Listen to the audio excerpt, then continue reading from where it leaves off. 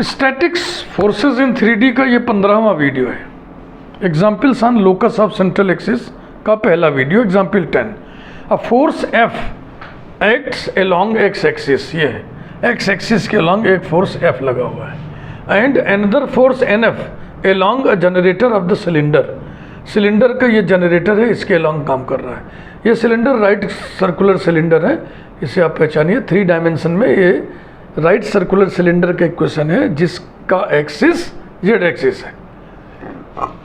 Show that the central axis lies on the cylinder, this one, यानी we have to find locus of central axis. Central axis lies on this surface का मतलब है this surface is locus of central axis. तो जैसे आप usually सारा काम करते हो वैसे ही चलो शुरू करते हैं। फोर्सेस दो ही हैं, forces capital F and NF act along the lines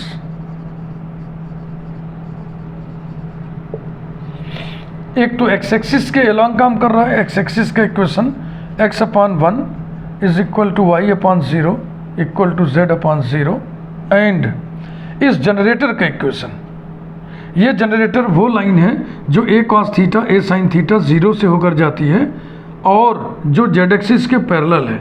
हम जानते हैं कि दो पैरेलल लाइंस के डीसीज समान होते हैं, यानी कि इस लाइन के डीसीज वही होंगे जो z एक्सिस के हैं। ये चीज़ समझ रहे हैं ना। अब यहाँ सर्किल, ज़मीन पे एक सर्किल बना हुआ है, उसके पॉइंट सरकमफ्रेंस पर एक पॉइंट है, ये थीटा है, तो a cos theta a sin theta x coordinate y coordinate आएगा। देखो, इसको समझाने के लिए हम अलग से एक सर्किल बना दे रहे हैं। ध्यान से समझो, इस सर्किल का सेंटर कहाँ पे, ओरिजिन पे, और ये बना है एक्स एक्सिस वाई एक्सिस वाले प्लेन में। तो ये एक्स एक्सिस हो गया और ये वाई एक्सिस हो गया। अलग से समझ लो, नहीं तो आपको थोड़ा अजीब लगेगा। ए क्या चीज़ है? सरकमफ्रेंस पर स्थित एक पॉइंट है। सरकमफ्रेंस पर स्थित एक पॉइंट है ए। ओ से ए को मिला दिया ना। एक्स एक्सिस और लाइन ओ ए के बीच में थीटा एंगल है। एक्स एक्सिस और ओ ए के बीच में थीटा एंगल है। यहाँ से इस पर परपेंडिकुलर ड्रा कर दो, तो ये डिस्टेंस कितना होगा? अगर ये रेडियस ए है, ये दिया है ना, तो ये डिस्टेंस कितना होगा? ए कॉस थीटा, और ये कितना होगा? ए साइन थीटा। तो ए के कोऑर्डिनेट्स हो गए ए कॉस थीटा ए साइन थीटा, और चूंकि ये 3 डायमेंशनल फिगर इसलिए जेड कोऑर्डिनेट भी लिखना होगा। एक्स वाई प्लेन पर स्थित है ये, इसलिए जेड कोऑर्डिनेट 0 हुआ। ये फिगर बना लो, नहीं तो आपको दिक्कत होगी समझने में। तो पॉइंट ऑफ एप्लीकेशन ये x minus A cos theta upon equal to y minus A sine theta upon equal to z minus 0 upon Z axis के डीसीज, इसके भी डीसीज होंगे। ये रहा कंपोनेंट्स ऑफ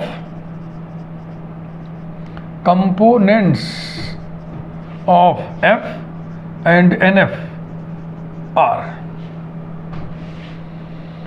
इसके components capital X1 Y1 Z1, इसके components capital X2 Y2 Z2।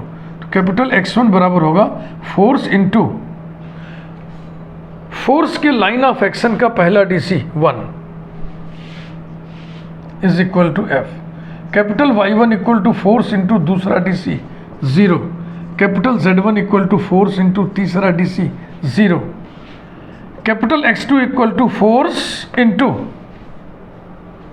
पहला DC 0 equal to 0। Capital Y2 equal to force into दूसरा DC equal to 0। Capital Z2 equal to force into तीसरा DC equal to NF। Therefore capital X equal to capital X1 plus capital X2, X1 X2 जोड़ो F और 0 F।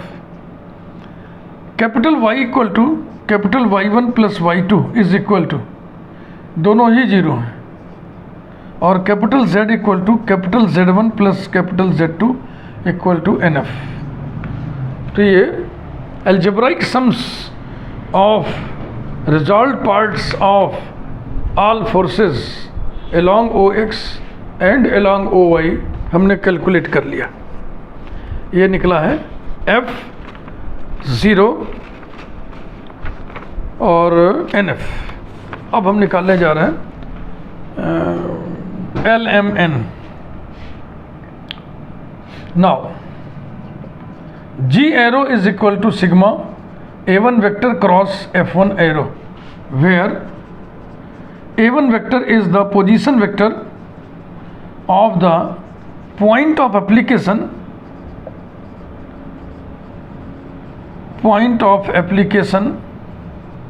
of first force F1 arrow, implies that Li cap plus capital M J cap plus capital N K cap is equal to पहले force के point of application का position vector 0 0 0, 0 I cap plus 0 J cap plus 0 K cap cross पहला force component form में x1 y1 z1 है ना, तो x1 I cap plus y1 J cap plus z1 K cap plus दूसरे force के point of application का position vector हमें लिखना है, तो a cos theta I cap plus a sin theta J cap plus 0 K cap cross component form में दूसरा force x2 I cap plus y2 J cap plus z2 K cap.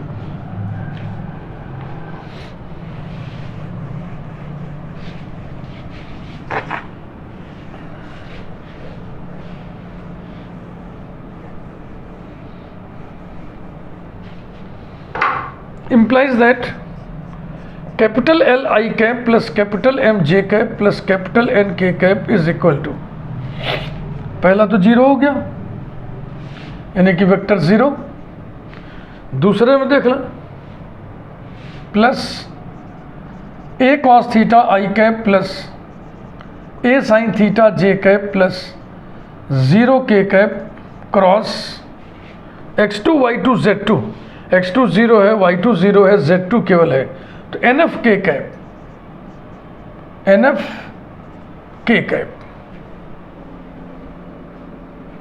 Equals to NF A cos theta, या ऐसा लिखे A NF cos theta I cross की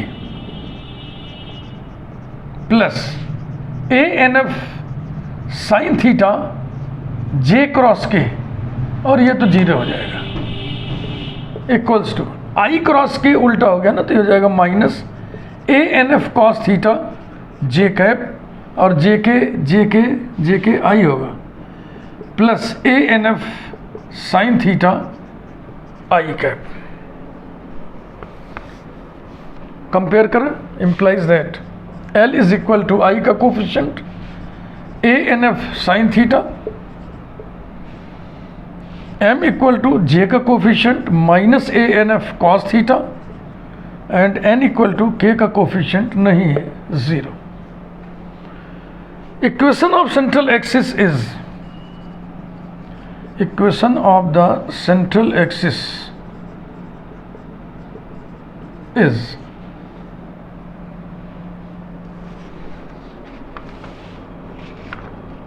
central axis का equation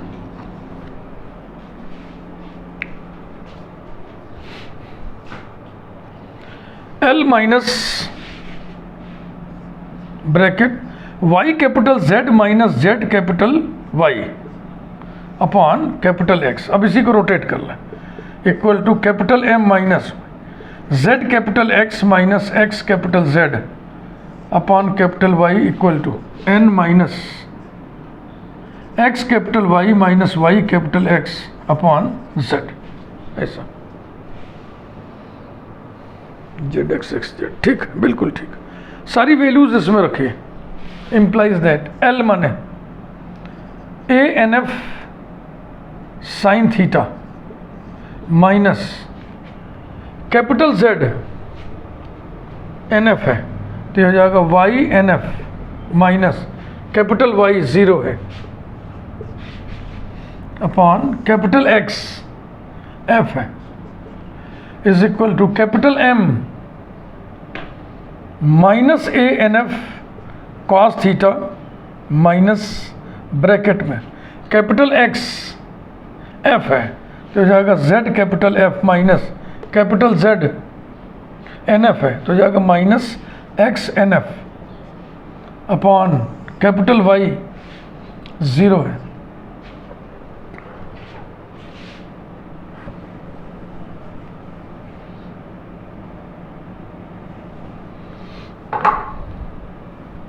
equals to capital N 0 है minus capital Y 0 है minus capital X F है Y F upon capital Z N F है।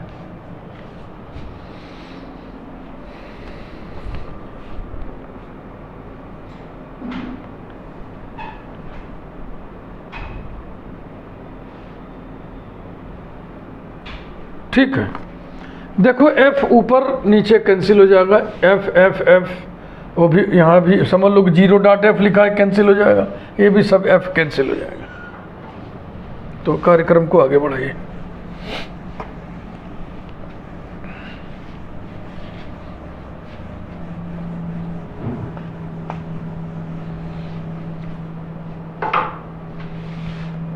implies that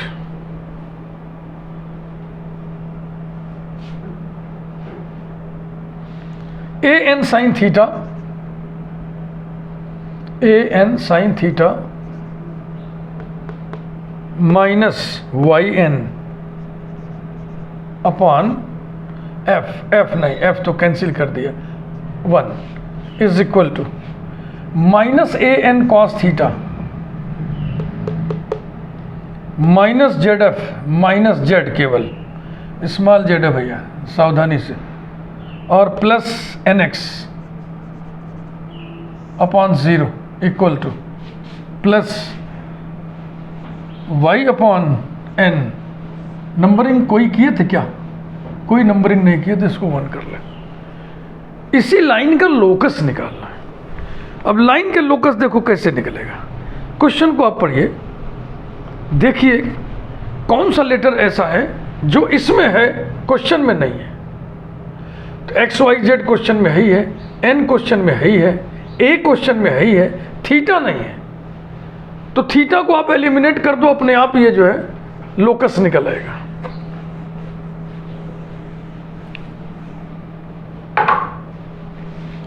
taking second fraction with any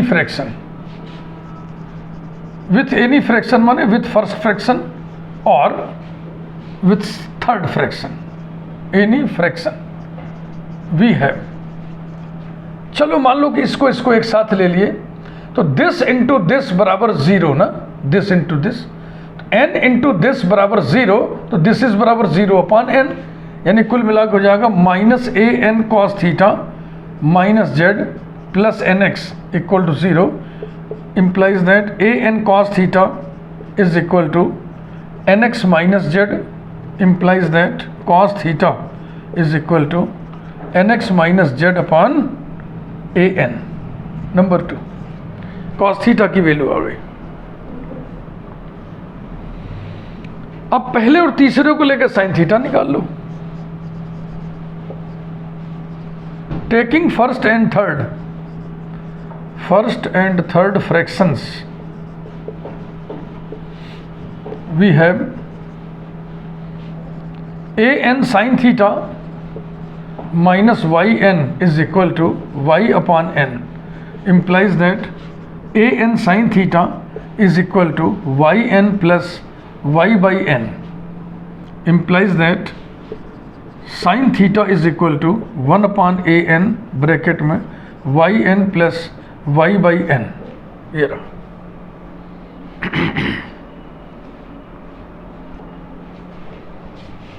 equals to y common ले लिए, y upon A N, और bracket में क्या बचा n plus 1 upon n is equal to y upon A N square, और ये हो गया n square plus 1।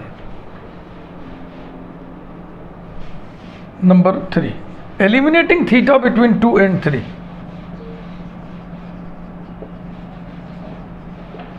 Eliminating theta between 2 and 3, we have nx minus z upon an whole square plus y upon an square into 1 plus n square whole square is equal to 1. Cos square theta plus sin square theta equal to 1 implies that nx minus z whole square upon a square n square plus y square into 1 plus n square whole square upon a square n to the power 4 equal to 1. a square n to the power 4 से गुणा कर दिया जाए, implies that a square n to the power 4 से गुणा करना तो हो जाएगा n square into N X minus Z whole square plus 1 plus N square multiplied by Y square equal to a square n to the power 4. This is the surface on which central axis lies.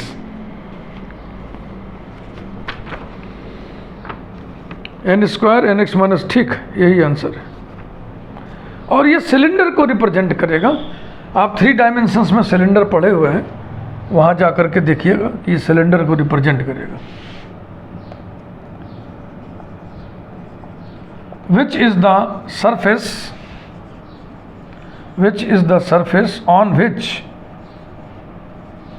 the central axis lies. The central axis lies यानी कि this is the locus of the central axis. यही कहने का मतलब है. आइए एक question और जल्दी से निकाल लें.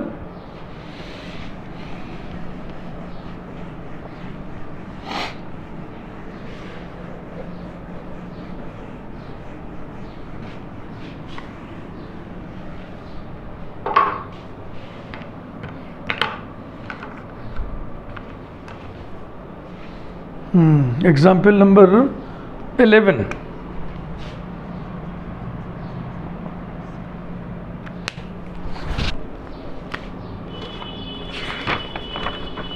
टू फोर्सेस एक्ट, फिर टू फोर्सेस ही है, जल्दी से हो जाएगा, इसीलिए एक वीडियो में 2 सवाल निकल पा रहा, नहीं निकलता नहीं. Two forces act comma one along the line one along the line y equal to 0 z equal to 0. अब ये लाइन जनरल फॉर्म में है. y इक्वल टू 0 किसका इक्वेशन होता है? जेड एक्स प्लेन का. और z इक्वल टू 0 किसका इक्वेशन है? एक्स वाई प्लेन का. तो इनका जो लाइन ऑफ इंटरसेक्शन कौन होगा? जो कॉमन है, एक्स एक्सिस. तो ये एक्स एक्सिस का इक्वेशन है. these equations represent x axis and the other along the line. 3D का खूब इस्तेमाल हो रहा है इसमें. along the line x equal to 0 comma z equal to c. As the forces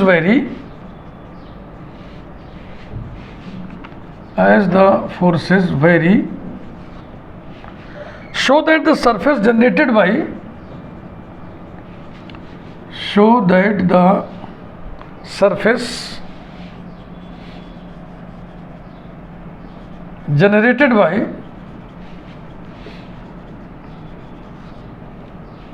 the axis of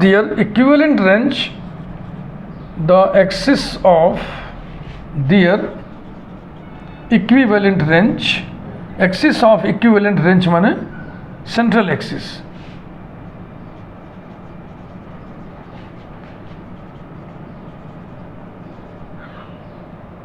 is surface generated by central axis माने surface on which central axis lies माने locus of central axis.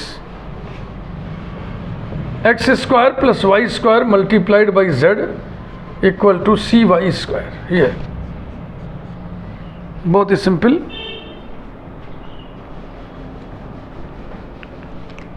जल्दी से हो जाएगा. 16-17 minute लगेगा।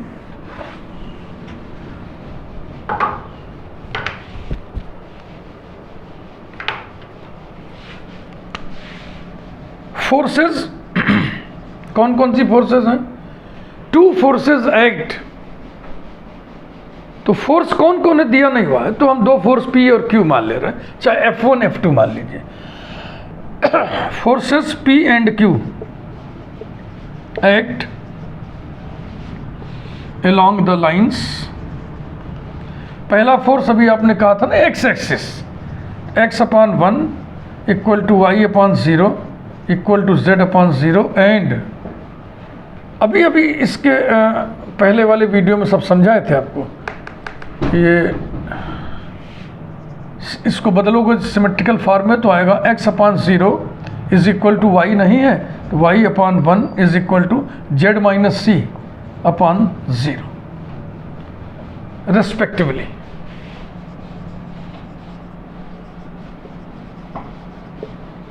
The components of P and Q are capital X1 equal to P into P के line of action का पहला DC, capital Y1 equal to P dot zero, capital Z1 equal to P dot zero and capital X2 equal to Q dot zero equal to zero, capital Y2 equal to Q dot 1 equals to Q और capital Z2 equal to Q dot zero. ये direction को sign से गुणा किया जाता है, आपको मालूम होना चाहिए, अब तक तो आप ट्रेंड हो ही गए होंगे। Therefore capital X equal to capital X1 plus capital X2 is equal to P और capital Y is equal to capital Y1 plus capital Y2। Capital Y1 कहाँ है? 0 है और कैपिटल Y2 Q है, तो ये आ गया Q।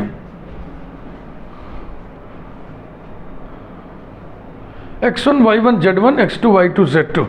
Capital Z equal to capital Z1 plus capital Z2 equal to capital Z1 भी 0 है, कैपिटल Z2 भी 0 है, full stop.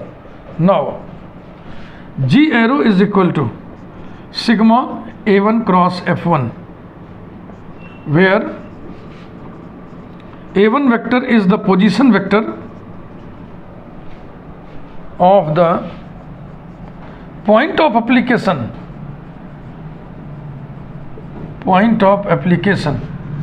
of first force F1 arrow। thus L I cap G arrow की value होती है ना, L I cap plus capital M J cap plus capital N K cap. Capital L M N क्या चीज़ है पता है ना? Algebraic sums of moments of forces about O X about O Y about O Z respectively is equal to पहले force के point of application का position vector 0 0 0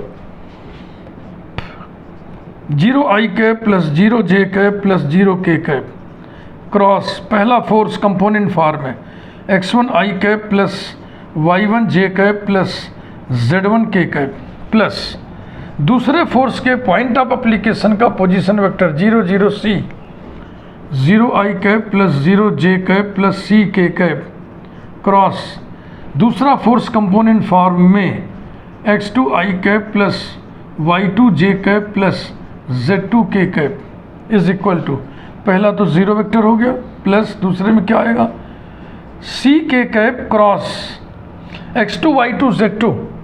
कहाँ है x2 y2 z2? x2 0 है, z2 भी 0 है, केवल y2 q है, y2 माने j वाला, ये q है, q j cap is equal to C Q k cross j minus i। ये लो सिर्फ i आया है, इसका मतलब क्या हुआ? Capital L is equal to I का coefficient minus C Q, capital M is equal to 0, capital N is equal to 0। तो कैपिटल एक्स वाई जेड और कैपिटल एल एम एन हम लोग निकाल लिए।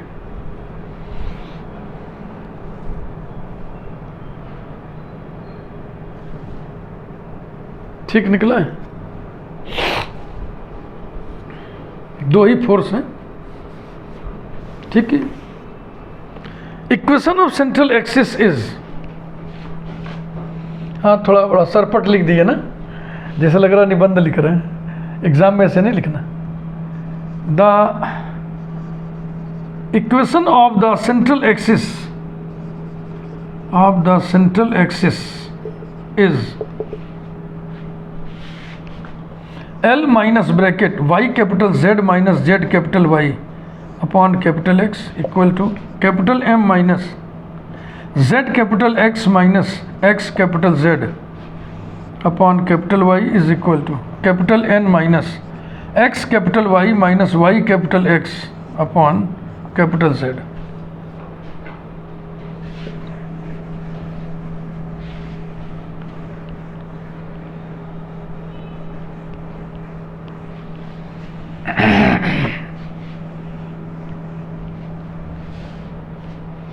सारी वैल्यूज फिट किया जाए, implies that L minus C Q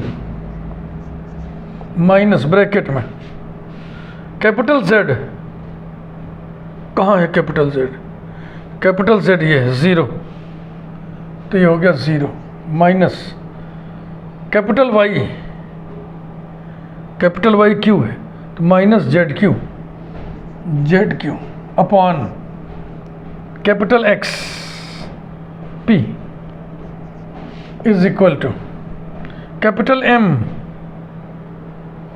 0 minus bracket में ये है कैपिटल X, तो माइनस ब्रैकेट में लिख रहा है ना, Z cap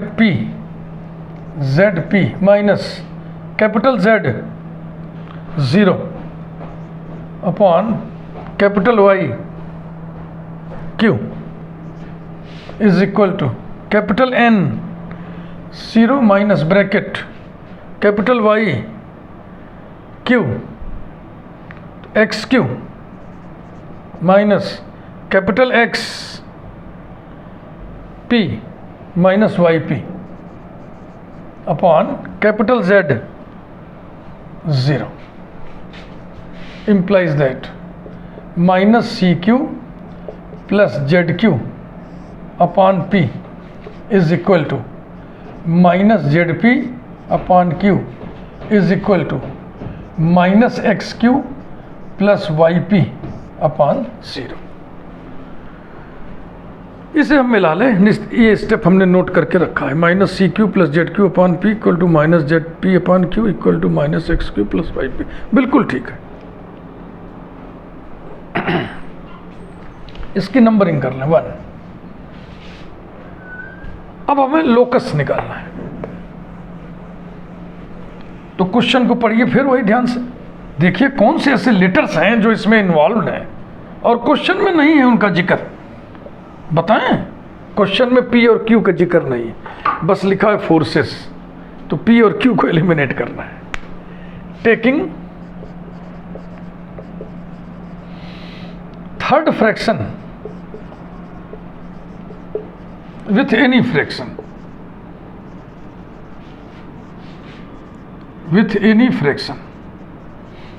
we have,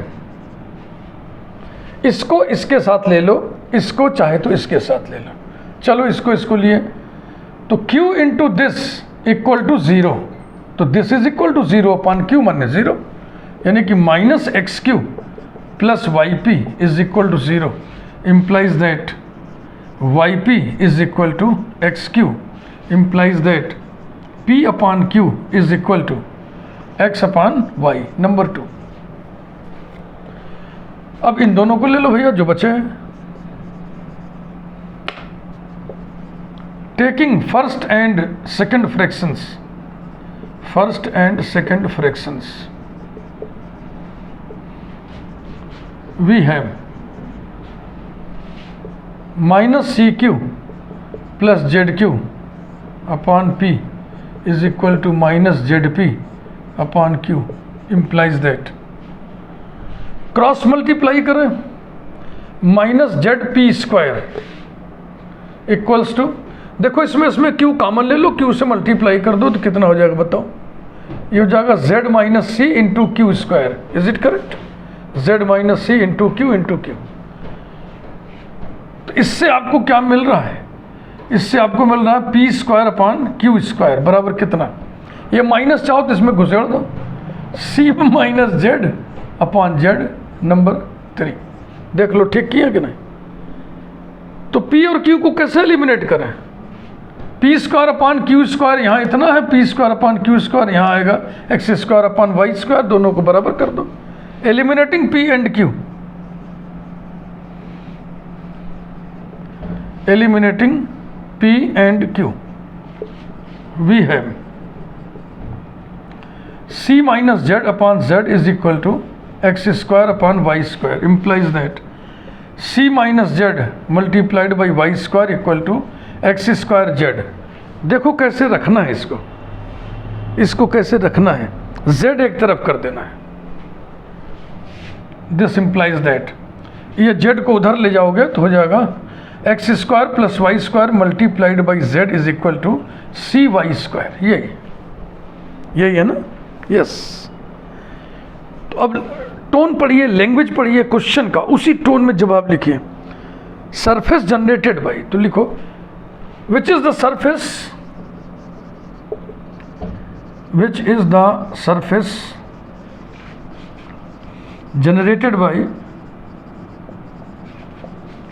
the central axis, generated by the central axis, माने this is the surface on which central axis lies, माने this is the locus of the central axis।